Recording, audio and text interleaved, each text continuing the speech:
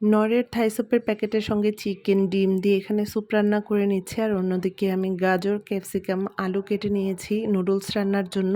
এমনিতে তো সবজি খাওয়া হয় না, ভাবলাম নুডলসের সঙ্গে যদি একটু সবজি দেওয়া হয় তাহলে খাওয়া হবে।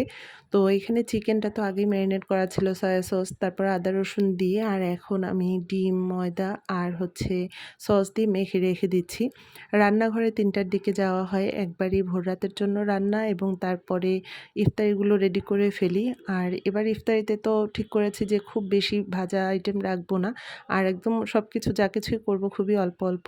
দেখা যায় প্রতিবারই অর্ধেক খাওয়া হয় আর অর্ধেক নষ্ট করা হয়। এবার এভাবে ইফতারিটা তৈরি করছি যেন খুব বেশি অপচয় ওরা না করে, নষ্ট না করে আর কি। যতটুকু আমি তৈরি করব ততটুকু যেন তৃপ্তি সহকারে খায়। তো এখানে ডিম ভেজে নিয়ে নুডলসটা রান্না করছি। নুডলস আমি কোনো চিকেন দিলাম না, কারণ চিকেন ফ্রাই আছে, তারপরে স্যুপের সঙ্গেও তো চিকেন আছে। ইফতারির আগ মুহূর্তে একদম গরম গরম সব কিছু টেবিলে নিয়ে রাখছিলাম। যেখানে বসে ইফতারি করি সেই জায়গাটুকুতে আমি একটা কাপড় দিয়ে রাখি সবসময়। ইফতারির পরপর সেই কাপড়টা তুলে ফেলি, তাহলে আর বেশি একটা কষ্ট হয় না টেবিল পরিষ্কার করতে। আর অন্যান্য শরবত, জুসের পাশাপাশি গুড় চিড়ার শরবতটা তো আমার বাসায় প্রতিদিনই লাগবে। এই ছিল আমার বাসায় একদম সিম্পল ইফতার।